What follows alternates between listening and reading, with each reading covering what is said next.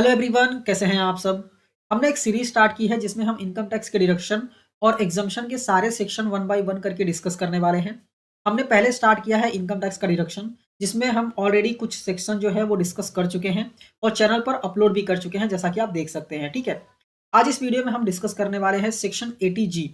Detail में discuss करेंगे इस सेक्शन को आसान भाषा में और ए टू जेड सारी चीजें डिस्कस करने वाले हैं। तो वीडियो को स्टार्ट करें इससे पहले अगर आप चैनल पर नए हैं, चैनल को सब्सक्राइब कीजिए और बेल आइकन प्रेस करना मत भूलिएगा। तो आइए वीडियो को स्टार्ट करते हैं। पहला सवाल ये आता है कि सेक्शन 80G होता क्या है। तो सेक्शन 80G जो है ये आपको इनकम टैक्स में डिडक्शन प्रोवाइड करता है अगर आप डोनेशन करते हैं। यहाँ पे ध्यान देने वाली बात यह है कि सारे डोनेशन के डिडक्शन आपको नहीं मिलते हैं। अगर आपने किसी सर्टेन स्पेसिफाइड इंस्टीट्यूशन या फिर फंड में डोनेशन किया हुआ है तो ही आपको डिडक्शन मिलते हैं, अदरवाइज आपको डिडक्शन नहीं मिलते हैं। इसलिए जब भी आप डोनेशन कीजिए, ये इंपॉर्टेंट है, जब भी आप डोनेशन कीजिए आपको एक बार चेक जरूर कर लेना है कि जिस भी इंस्टीट्यूशन को आप डोनेशन कर रहे हैं क्या वो इंस्टीट्यूशन इलिजिबल है डिडक्शन के लिए या फिर नहीं है। नेक्स्ट सवाल ये आता है कि इलिजिबिलिटी क्या है इस सेक्शन में डिडक्शन लेने के लिए, कौन कौन डिडक्शन ले सकता है। तो अगर आप कंपनी या फिर नॉन कंपनी हैं तो आप दोनों डिडक्शन ले सकते हैं। अगर आप कंपनी हैं तो भी आप डिडक्शन ले सकते हैं, अगर आप नॉन कंपनी हैं तो भी आप सेक्शन 80G में डिडक्शन ले सकते हैं। कौन कौन से पर्सन है, जैसे अगर आप इंडिविजुअल हैं, कंपनीज हैं, फर्म्स हैं, एचयूएफ है, एनआरआई है, कोई अदर पर्सन है, तो भी आप डिडक्शन ले सकते हैं, कोई दिक्कत नहीं है। यहाँ पे सिर्फ एक चीज जो है वो आपको ध्यान में रखनी है कि अगर आप न्यू टैक्स सीजन में फाइल करेंगे तो आप डिडक्शन नहीं ले पाएंगे। अगर आपको डिडक्शन लेना है तो आपको ओल्ड टैक्स सीजन में ही फाइल करना पड़ेगा। नेक्स्ट सवाल ये आता है कि मोड ऑफ पेमेंट क्या होनी चाहिए, क्योंकि सेक्शन 80G में डिडक्शन लेने के लिए मोड ऑफ पेमेंट बहुत इंपॉर्टेंट रोल प्ले करता है। ठीक है, तो मोड ऑफ पेमेंट की बात करें तो आप चेक से पेमेंट कर सकते हैं, मतलब डोनेशन का जो पेमेंट है जो आप डोनेशन कर रहे हैं वो आप चेक से कर सकते हैं, डिमांड ड्राफ्ट से कर सकते हैं, कैश में कर सकते हैं। लेकिन कैश में मैक्सिमम 2000 ही अलाउड है। ठीक है, आप चेक से कितना भी कर सकते हो, कोई दिक्कत नहीं है, डिमांड ड्राफ्ट से भी जितना मन करे उतना कर सकते हो, बट कैश में मैक्सिमम लिमिट 2000 है। उससे ज्यादा अगर आप डोनेशन करते हो तो आपको डिडक्शन नहीं मिलेगा, मैक्सिमम डिडक्शन आपको 2000 का ही मिलेगा, उससे ज्यादा डिडक्शन आपको मिल ही नहीं सकता। ठीक है, यहाँ पे एक और इंपॉर्टेंट बात है, बहुत सारे पर्सन ऐसे होते हैं जो चेक या फिर कैश में डोनेशन नहीं करते हैं, मतलब मॉनेटरी टर्म्स में डोनेशन नहीं करते हैं। बहुत लोग इन काइंड में डोनेशन करते हैं, जैसे फूड डोनेट कर दिया, क्लॉथ्स डोनेट कर दिया, कोई मटेरियल डोनेट कर दिया, मेडिसिन वगैरह डोनेट कर दिया। ठीक है, तो ये सब जो डोनेशन होते हैं ना, इनका डिडक्शन आपको नहीं मिलता। मतलब जो इन काइंड वाले डोनेशन है, ठीक है, अदर देन मनी वाले जो डोनेशन है उसके डिडक्शन आपको सेक्शन 80G में नहीं मिलते हैं। नेक्स्ट सवाल ये आता है कि हमको कितने अमाउंट तक का डिडक्शन मिलता है। ठीक है, तो यहाँ पे टोटल 4 कैटेगरी है, category A, category B, category C और कैटेगरी डी। सॉरी, यहाँ पे ए बी लिखा हुआ है, कैटेगरी ए बी और कैटेगरी सी और डी होता है। ठीक है, यहाँ पे ए बी जो होता है उसके लिए कोई भी क्वालिफाइंग लिमिट नहीं है। जो category B, sorry category C और डी जो होता है उसके लिए एक क्वालिफाइंग लिमिट दिया गया है। ठीक है, टोटल 4 कैटेगरी है, category A B C D. A में 100%, बी में 50% मिलता है, सी में 100% मिलता है और डी में 50% मिलता है। ठीक है, अब हम कैटेगरीज देखते हैं, कौन सी कैटेगरीज में डोनेशन करने पे कितना मिलता है। जैसे अगर हम कैटेगरी ए की बात करें तो यहाँ पे कुछ लिस्ट दी हुई है, अगर आप इनमें डोनेशन करते हैं तो आपको 100% डिडक्शन मिलेगा बिना किसी लिमिट के। ठीक है, कहाँ पे डोनेशन करना है यहाँ पे पूरा लिखा हुआ है, लिस्ट पूरी दी हुई है। जैसे नेशनल डिफेंस फंड हो गया, prime minister national relief fund हो गया। ठीक है, बहुत सारे फंड्स यहाँ पे दिए हुए हैं। मैं स्क्रॉल डाउन करता हूँ धीरे धीरे, आप एक बार रीड कर लीजिएगा पॉज करके। ठीक है, इनमें अगर आप डोनेशन करते हैं तो आपको 100% डिडक्शन मिलता है बिना किसी लिमिट के। ठीक है, फिर आता है कैटेगरी बी वाली। कैटेगरी बी में कुछ ही फंड दिए हुए हैं। ठीक है, इनमें आप डोनेशन करते हैं तो आपको 50% डिडक्शन ही मिलता है। मतलब कि अगर आपने 1 लाख रुपए का डोनेशन किया तो आपको मैक्सिमम 50,000 का डिडक्शन मिलेगा, मतलब 50% डिडक्शन मिलेगा। ठीक है, यहाँ पे बताया गया है prime minister drought relief fund. बाकी ये जो 3 फंड है ना, ये 3 फंड को हटा दिया गया है। मैंने इसलिए डाला हुआ है यहाँ पे ताकि अगर आप इनमें डोनेशन करते हैं तो एक बार आपको पता चले कि ये फंड को हटा दिया गया। अगर आप ये नीचे के 1 2 3, मतलब Jawaharlal Nehru memorial fund, Indira Gandhi memorial fund या फिर राजीव गांधी फाउंडेशन, इन तीनों में डोनेशन अगर आप करते हैं तो आपको डिडक्शन नहीं मिलेगा। इनको हटा दिया गया है 1 अप्रैल 2023 से। ठीक है, तो कैटेगरी बी वाले जो डोनेशन है ना, जिनमें एलिजिबिलिटी है 50% का, उसमें सिर्फ एक ही है, prime ministers dot relief fund, सिर्फ इसमें ही आपको डिडक्शन मिलेगा। नेक्स्ट आता है कैटेगरी सी वाली। ठीक है, इसमें जो लिस्ट दी गई है, इनमें अगर आप डोनेशन करते हैं, तो कैटेगरी सी में आपको 100% डिडक्शन मिलता है, लेकिन यहाँ पे कुछ क्वालिफाइंग लिमिट है, मतलब subject to 10% adjusted gross total income. ये क्या होता है आगे मैं आपको डिस्कस करूंगा, पहले हम लिस्ट देख लेते हैं। ठीक है, यहाँ बस ध्यान ये दीजिए कि 10% का लिमिट डाला गया, एडजस्टेड ग्रॉस टोटल इनकम का 10% का लिमिट है। ठीक है, 100% डिडक्शन ले सकते हो आप, लेकिन maximum up to 10% of adjusted gross total income. ठीक है, अभी कैटेगरी सी में अगर हम देखें, तो अगर आप डोनेशन करते हैं, मान लीजिए गवर्नमेंट को करते हैं, या फिर लोकल अथॉरिटी को करते हैं, या फिर इंस्टीट्यूशन को करते हैं, जिनका मेन इंटेंशन ये है फैमिली प्लानिंग इनिशिएटिव के लिए, तो आप डिडक्शन ले सकते हैं। या फिर कुछ ऐसी कंपनीज में आप डोनेशन करते हैं जो डोनेट करती है इंडियन ओलंपिक एसोसिएशन में, या फिर सिमिलर कोई ऑर्गेनाइजेशन में, तो आप डिडक्शन ले सकते हैं। या फिर कोई ऐसी कंपनी में करते हैं जिनका पर्पस बेसिकली है डेवलपमेंट ऑफ स्पोर्ट्स इंफ्रास्ट्रक्चर, ठीक है, या फिर स्पॉन्सर करते हैं स्पोर्टिंग इवेंट को इंडिया में, तो उनमें अगर आप डोनेशन करते हैं तो 100% आपको डिडक्शन मिल जाएगा। लेकिन यहाँ पे क्वालिफाइंग लिमिट क्या है, एडजस्टेड ग्रॉस टोटल इनकम का मैक्सिमम 10% मिलेगा, उससे ज्यादा नहीं।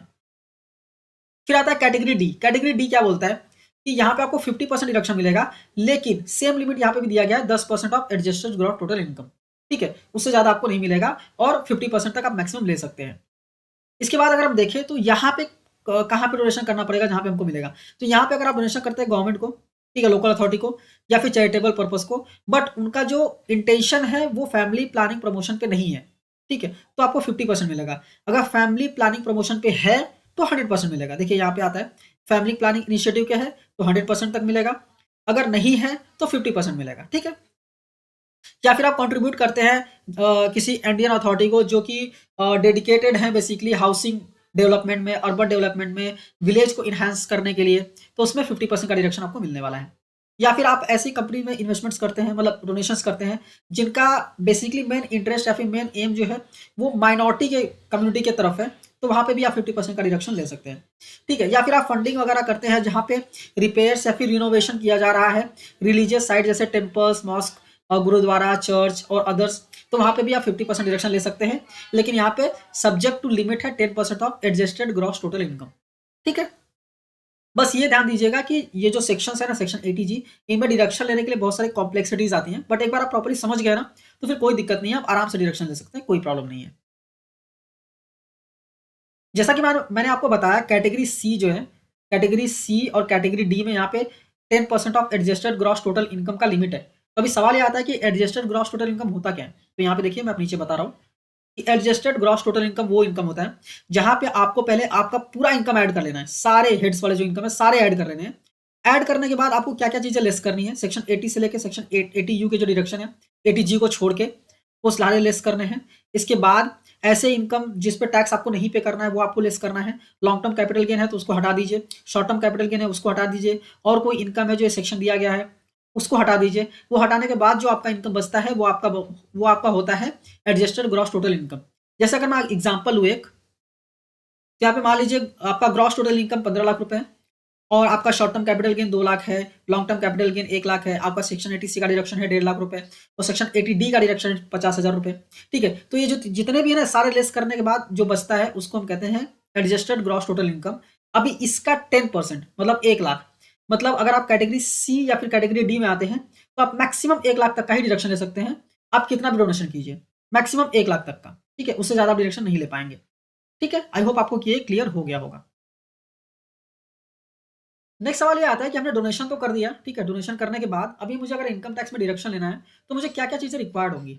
ठीक है, फिलहाल आईटीआर फाइल करते वक्त आपको कोई भी चीज़ें अपलोड नहीं करनी पड़ती हैं, बट बहुत सारी डिटेल्स आपको फिल करनी पड़ती हैं।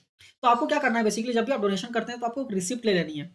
ठीक है, डोनेशन का रिसिप्ट ले लेनी है, जिसमें लिखा रहता है कि पहले तो ये लिखा रहता है कि जहाँ पे आपने डोनेशन किया है वो 80G में रजिस्टर्ड है, आप 80G का डिडक्शन ले सकते हैं, ये रिसिप्ट में लिखा रहता है। ठीक है, इसके बाद आपने जिसको डोनेशन किया उसका नाम, एड्रेस, पैन सब कुछ रहता है, रजिस्ट्रेशन नंबर वगैरह सब कुछ रहता है। ठीक है, तो आपको रिसिप्ट ले लेनी है। इसके बाद अगर आप चाहें तो registration number of trust of receipt, मतलब कि जो आप जिस ट्रस्ट में आपने डोनेशन किया उसका रजिस्ट्रेशन नंबर भी आप ले सकते हैं रिसिप्ट पे, वो तो मिल जाता है आपको, कोई दिक्कत नहीं है। इसके बाद इंपॉर्टेंट है सेक्शन 80G का, अगर आप सर्टिफिकेट ले सकते हैं ना तो वो ले लीजिए, वो तो और अच्छा है। ठीक है, सेक्शन 80G का सर्टिफिकेट जिसको भी आप डोनेशन करते हैं ना वो आपको देगा। ठीक है, आप उससे इंसिस्ट करेंगे ना तो आपको दे देगा, कोई दिक्कत नहीं है। ठीक है, नेक्स्ट सवाल ये आता है कि हमको सेक्शन 80G का जो डोनेशन है उसको हमको आईटीआर में दिखाना कैसे। तो जब भी आप डिडक्शन वाले सेक्शन में जाएँगे और वहाँ पे आप एंटर करेंगे, तो आपको यहाँ पे पहले तो डोनेशन टाइप मिल जाता है। यहाँ पे जो category A, B, C, D वाले हैं ना, वो यहाँ पे आपको देखने को मिल जाते हैं। उसमें से पहले आपको सेलेक्ट करना पड़ता है कि कौन-सी कैटेगरी में आप हैं। इसके बाद आपको जिसको आपने डोनेशन दिया उसका पैन नंबर लगता है। यहाँ पे एआरएन नंबर भी है, जो कि इम्पोर्टेंट नहीं है, बट अगर आप ले लेंगे तो अच्छी बात है। अब एआरएन नंबर कैसे मिलता है वो मैं आपको आगे बताऊँगा, ठीक है? इसके बाद डोनी का नाम, जिसको आपने डोनेशन दिया उसका नाम, एड्रेस, पैन और बेसिकली पूरा एड्रेस वगैरह लगता है। इसके बाद आपने कैश में डोनेशन किया है तो मैक्सिमम 2000 मिलेगा, उससे ज़्यादा नहीं मिलेगा। ठीक है, अदर मोड में किया है तो जितना आपने डोनेशन किया है उतना आप डिडक्शन ले सकते हैं। यहाँ पे जो भी टाइप आप सेलेक्ट करेंगे उसके बेसिस पे ही आपको एलिजिबल, जो एलिजिबिलिटी है ना, एलिजिबल अमाउंट ऑफ डोनेशन, ये ऑटोमेटिकली कैलकुलेट करेगा। अगर आप कैटेगरी सी या फिर कैटेगरी डी आप सेलेक्ट करेंगे ना, तो ये एलिजिबिलिटी ना ऑटोमेटिकली 10% वो कैलकुलेट करके आपको देगा। ठीक है? वहाँ पे आपको अलग से कैलकुलेट करने की ज़रूरत नहीं है, ऑटोमेटिकली सॉफ्टवेयर कैलकुलेट करके देगा आपको। ठीक है? आई होप आपको ये क्लियर समझ में आ गया होगा। अभी सवाल ये आता है कि एआरएन नंबर क्या है? क्योंकि एआरएन नंबर का अगर ऑप्शन यहाँ पे दिया है, तो कुछ तो होता होगा एआरएन नंबर। मैं एआरएन नंबर बताऊँ इससे पहले, अगर आप डोनेशन को प्रॉपर्ली फिल करना चाहते हैं और देखना चाहते हैं कैसे फिल करते हैं, तो मैंने ऑलरेडी फिल करके दिखाया हुआ लाइव। आई बटन पे लिंक कर दिया है मैंने, वीडियोज़ यहाँ पे आई बटन पे लिंक कर दिया है। आप जाके देख सकते हैं, ठीक है? कैसे फिल करते हैं एटीजी वाला शेड्यूल, ठीक है? अब सवाल ये आता है कि एआरएन नंबर कैसे मिलेगा हमको, ठीक है? तो वो भी हम डिस्कस कर लेते हैं अभी। एआरएन नंबर के लिए बेसिकली क्या करना होता है, आपने जिसको डोनेशन दिया है ना, जिसको आपने डोनेशन दिया है, मतलब जिसको जिस भी ट्रस्ट को आपने दिया है, जिस भी इंस्टीट्यूशन को आपने डोनेशन दिया है, वो इंस्टीट्यूशन क्या करती है, वो एक फॉर्म सबमिट करती है जिसको बोलते हैं फॉर्म 10 बीडी। वो इनकम टैक्स के पोर्टल पे सबमिट करती है। जैसे ही सबमिट करती है, सबमिट करने के बाद उसको एक सर्टिफिकेट जनरेट होके आता है जिसको बोलते हैं फॉर्म 10 बीई। ये बेसिकली डोनेशन का सर्टिफिकेट होता है, ठीक है? जो आपने डोनेशन दिया हुआ है ना, उसका सर्टिफिकेट रहता है और उसमें आपका नाम, पैन सब कुछ लिख के आता है, ठीक है? आपने डोनेशन दिया, आपका भी डिटेल्स आता है और जिसको आपने डोनेशन दिया, उसका भी डिटेल्स आता है, ठीक है? तो फॉर्म 10 बीई ये सर्टिफिकेट होता है, जो कि आपको आप जिसको आपने डोनेशन दिया उससे माँगना है कि भाई मेरे को फॉर्म 10 बीई दे दो, जो कि डोनेशन का सर्टिफिकेट है और ये डोनेशन के सर्टिफिकेट के बेसिस पे मैं इनकम टैक्स में डिडक्शन लूँगा, ठीक है? फॉर्म 10 बीई कुछ ऐसा दिखता है। यहाँ पे देखिए एआरएन नंबर, ये रहा एआरएन नंबर। ये एआरएन नंबर आपको वहाँ पे डालना पड़ता है। जब आप एटीडी सॉरी यहाँ पे जो एआरएन नंबर दिखाया था मैंने, ये आपको बेसिकली यहाँ पे मिल जाता है। फॉर्म 10 बीई में मिल जाता है। ये आपको माँगना है, जिसको भी आप डोनेशन देते हैं, ठीक है? यहाँ पे डोनी का डिटेल रहेगा कि आपने कहाँ पे डोनेशन दिया हुआ है। फिर डोनर आपका डिटेल रहेगा, आपका पैन सब कुछ रहेगा, अमाउंट कितना डाला है, वो सब सारी चीज़ें यहाँ पे लिखी रहेंगी, ठीक है? नेक्स्ट सवाल ये आता है कि फॉर्म 10 बीई मुझे मांगना तो है, बट ये फॉर्म 10 बीई की लिमिट है, कुछ टाइम लिमिट है कि कब तक मुझे मिल जाना चाहिए।